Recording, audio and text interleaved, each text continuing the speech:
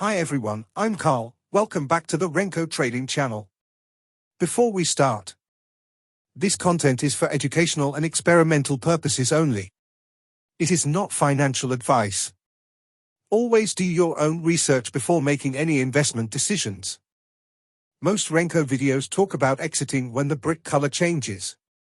I don't trade that way, and maybe you don't either. So today, I'll show you 5 exit and stop loss rules that use support and resistance, trend lines, and price action. These rules are more reliable for real trading situations and help you stay in winning trends longer without getting stopped out too early. Alright. Let's ease into the first exit rule. This one gives your trade some breathing room and helps prevent you from getting stopped out too early. Here's rule number 1. Rule number 1 is to place your initial stop beyond a key support or resistance level. This helps your trade breathe and prevents you from getting stopped out too early. Let's look at a real example using the T-Mobile Renko chart. This is a 3-year daily Renko chart using ATR 14 bricks. After T-Mobile broke above the resistance around 150, that's where we would enter the trade. From there, it moved into a very strong uptrend and eventually reached a high near 270 in March of 2025. After that peak, the price started to consolidate, moving down and sideways. During this consolidation, the first logical support level forms around 225. That's a natural place to trail your stop if you want to start protecting profits. The second support level is around 215. This level marks a deeper breakdown.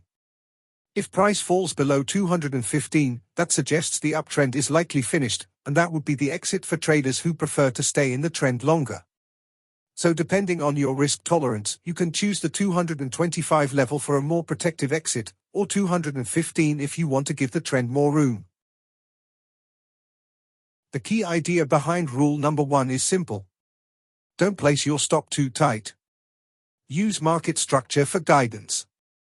Your stop should sit beyond a meaningful support or resistance level, not inside the noise. This way, your trade has room to breathe, and you avoid getting kicked out of a good trend too early. Rule number 2 is to use trend lines to guide your exit. Trend lines help you stay with the trend while it's healthy, and they give you a clear signal when momentum starts to break down. After entering a trade, draw a trend line connecting the swing lows in an uptrend, or the swing highs in a downtrend. As long as price respects that trend line, you stay in the trade. When a Renko brick closes on the other side of your trend line, that's your early warning that the trend may be weakening. You can choose to exit on that break, or tighten your stop to protect profits. Here's how rule number 2 works on a real chart. This is a 3-year daily Renko chart of NFLX. We caught the move from roughly 200 all the way past 1000. After a short pause in February 25, the trend resumed and peaked near $1,300. We draw a single trend line from the 300 area through the swing low just under 900. While price respects that line, we simply ride the trend. When a brick finally closes below the trend line, around the 1,200 zone, that's our cue to lock in profit. Long-term investors can give NFLX more room. The key support band sits between $900 and $1,000. If price holds above that zone, the bigger uptrend is still alive. So choose the exit that matches your risk comfort. Trend line break for active traders, the 900 to 1,000 support for more patient holders. Here's the takeaway for rule number 2. Ride the trend with a simple trend line. Exit the moment a brick closes below that line. If you prefer a wider stop, use the next major support zone instead. That's how you let winners run, but still know exactly when to cash out. Rule number 3 is to exit when a clear reversal pattern appears. Look for classic shapes like a W pattern at the bottom, an M at the top, or a head and shoulders. When the pattern completes and price breaks its neckline, that's your cue to take profit or tighten your stop.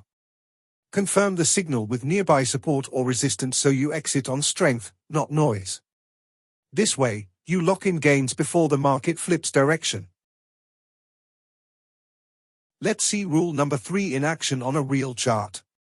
This is a 3-year daily Renko chart of PayPal, built with ATR 14 bricks. The uptrend kicks off near $50 in October 2023 and runs all the way to about $90 by early January 2025. Up at that $90 zone, you can spot a classic double top, two peaks at the same level with a small dip in between. The neckline of that pattern sits around $85. When a red brick finally closes below that neckline, the reversal is confirmed. That's the exit trigger, lock in profits just under $85, around $80, before the trend shifts down and price chops sideways. So the takeaway, spot the reversal pattern early, use the neckline break as your signal, and protect those gains before momentum flips. The core idea behind rule number 3 is simple. Reversal patterns warn you early. Exit as soon as price breaks the pattern's neckline. If you prefer more breathing room, choose patterns and necklines that fit your risk tolerance. That way, you keep profits before the trend fully turns. Rule number 4 is all about taking profit at key support or resistance zones. Before you enter any trade, mark the levels where price has stalled or reversed in the past. As your trade approaches one of those zones, decide whether to take full profit if momentum looks weak, or take partial profit and let the rest ride if the trend still has strength. Always check the higher time frame Renko chart to confirm the importance of the zone. This way, you bank gains before the crowd battles at those price magnets. Here's rule 4 on a real chart. This is a 3-year daily Renko of waste management, built with ATR 14 bricks. The uptrend kicks off near $160 in October of 23 and marches all the way to about $240 by May 2025. After that high, price chops sideways inside a tight band between the $200 support and the $235 resistance. That's a classic profit zone.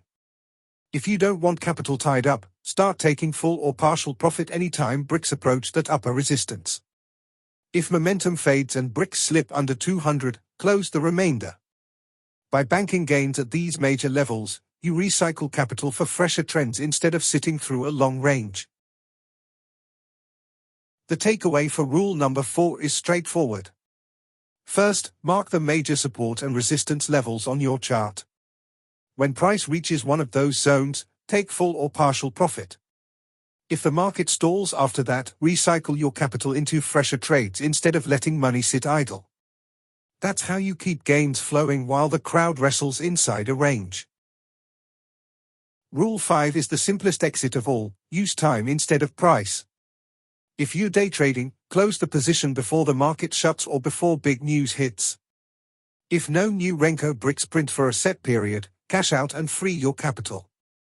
Time-based exits keep risk low, protect you from overnight gaps, and force discipline so you're not married to a dead trade. The heart of Rule 5 is time discipline. Set a firm exit time so you sidestep overnight gaps and surprise news. Remember, a strict cutoff can also lock in a loss if price dips right at the bell, so size and schedule accordingly. Let's wrap up with the big picture. Rule 1. Place your stop beyond real support or resistance so a small wiggle won't knock you out. Rule 2. Ride the trend with a simple trend line, then cash out when price breaks it. Rule 3. Spot a reversal pattern, W, M, or head and shoulders, and exit on the neckline break. Rule 4. Bank full or partial profit when price hits a major support or resistance zone and starts to stall. Rule 5. For day trades, use a time-based cutoff, flatten before the close or when no new bricks print, to avoid overnight surprises. Pick the rule combo that matches your risk comfort, test it on your charts.